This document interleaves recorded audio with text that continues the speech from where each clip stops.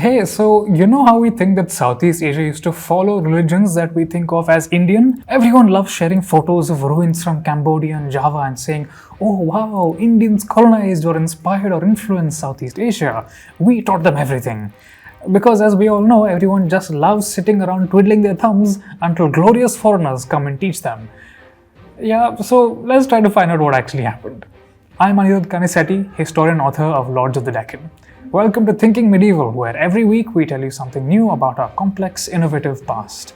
Always feel free to check out our research and citations and join us in figuring out how to think about our messy, bloody, dazzling history. So, for many centuries, starting from around the 8th century CE all the way up to the 15th, the religious culture of Cambodia was predominantly Shaivite. But the process by which it became Shaivite is really quite complex. The medieval world doesn't exist to confirm our modern ideas of national superiority. The real story involves active conversion by Hindu preachers, market forces emerging from Cambodian courts, Indians immigrating in search of greener pastures, and a considerable degree of intelligence and selectivity in how Cambodia interacted with Indian ideas. But before we go to Cambodia, we need to understand why there were Indian Shaivite preachers there in the first place. Now, roughly around the 2nd century CE, there's a legend that the corpse of a young man in Karohana, which is present-day Karwan in Gujarat, came back to life. This man, Lakhulisha, then went about preaching a Shaiva doctrine revolving around asceticism and meditative practice to inculcate magical powers. His sect came to be known as the Pashupata, and it would grow to become one of the most influential and widespread of all early medieval schools of Shaivism. From the outset, Pashupatas distinguished themselves from other Shaivite sects by their missionary zeal. Lakhulisha himself traveled to distant Mathura and initiated 4 Brahmin disciples into his esoteric tradition, positioning each of them in a different city to convert many more. Pashupatas spread rapidly through the relatively urban Gangetic plains. Within barely a few generations, which is to say by the 4th century CE, they were being mentioned in the inscriptions of the Gupta emperors. By the 7th century, they had established themselves in the now famous Pashupatinath temple in Kathmandu, though they aren't there anymore, their name is. Chinese travelers claim that by this time, Varanasi alone had nearly 10,000 of these ash-covered ascetics, and here they were involved in composing much of the great text known as the Skanda Purana. Now, around this time, they also began seeking a foothold in new, rapidly urbanizing regions that were developing complex state structures whose elites required ritual services and were willing to pay dearly for them. And so we begin to see Pashupatas in the Deccan and in Southeast Asia at the same time. A Deccan inscription from 660 CE offers some insight into this process. In return for ritually initiating the Chalukya king Vikramaditya I into Shaivism, the Pashupata guru Sudarshana was granted the village of Iparamkal. Sudarshana then distributed plots in the village to 27 Shaivite Brahmins. Over the generations, through close ties with the Chalukyas, this region, present-day Alampur, Telangana, grew into a major Shaiva stronghold. Now let's look at similar processes in Cambodia.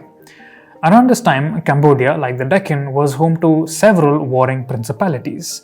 The general region, including sites in Laos, already had some centers of Shiva worship, particularly centered around mountains and natural stone columns believed to be self-manifestations or Swayambhu of the Shiva Linga.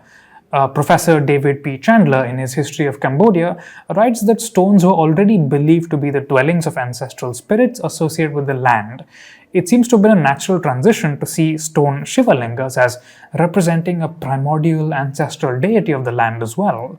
Pashupatas may have arrived on Cambodian shores as early as the 5th century CE, with the earliest epigraphic evidence dating to the 7th. The Cambodian embrace of Pashupata missionaries was also tied to their beliefs about rulership. Those who could lead men and win battles were also believed to be spiritually gifted. That's the mirror of the Pashupata idea that if you performed spiritual rituals to Shiva, you could lead men and win battles, among other things. And so, Cambodian chiefs rapidly commissioned dozens of Shaivite temples where Pashupata ascetics could congregate along the entire length of the Mekong River in various urban, political, and pre existing sacred centers. According to Shaivism scholar Alexis Sanderson in The Shaiva Religion Among the Khmers, many of these were named after existing Pashupata Shiva centers in India, such as Siddheshwara, Amratakeshwara, Amareshwara, that sort of thing. But the objective behind these constructions wasn't to imitate India, but to make Shiva a Cambodian god and Cambodia a Shaivite land, as was being done by temple building royals in South India at the same time. Now, if we can't say the Deccan, which is part of modern India, was being Indianized, why do we say that Cambodia, which isn't a part of modern India, was Indianized? To me, it seems a little silly to ignore the agency of Cambodia's own people in shaping its history just because we want to feel better about ourselves. Through the 6th to the 9th century CE, as Cambodian princes and Pashupata initiates were making their land Shaiva, Indian Shaivism underwent a major transition with the growth of what we call Mantra Marga, Shaiva Siddhanta, or Tantric Shaivism. Mantra Marga ideas were somewhat simpler than the esoteric doctrines of the Pashupatas, and they provided agamas, which were scriptures and frameworks of practice that could be developed by practitioners for use in temples, for personal worship, and for public rituals. The arrival of Mantra Marga texts in Cambodia was revolutionary. In 802 CE, when the young king Jayavarman set out to establish the future empire of Angkor, he conducted a ritual with a Brahmin priest, Hiranyadama. Hiranyadama developed a Paddhati, which was a detailed ritual manual that was the basis of the Devaraja cult, practically the state religion of the Angkor Empire for centuries after. The Devaraja cult closely associated the king with Shiva, worshipped as the king of the gods. It led to the establishment of dozens of temples and monastic establishments, all of which drew on Paddhatis composed by Mantra Marga experts. These texts reveal something fascinating about medieval Shaivism. Mantra Marga practitioners were technically supposed to base their Paddhatis on agamas of their own school and lineage. But in practice, due to the need to fulfill the ritual demands of their royal customers, they very often melded together multiple lineages in their Paddhatis. The Cambodian market for Shaivite experts was such that many Indians are known to have travelled there in search of employment, especially Brahmins. Some of them even claim in inscriptions to have come to worship the national god Shiva Bhadreshwara. And oddly enough, we have little evidence that Southeast Asians ever visited Hindu sacred sites in India, but plenty of evidence of the converse. So, what can we really say about medieval Cambodia's relationship with India? When we see European military advisors in early modern India, we recognize that India was wealthier and more amenable to their skills.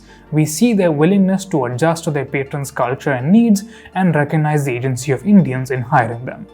Now, if we were to peer past the national pride that's become intertwined with medieval religious and cultural exchanges, we see something similar in the medieval world.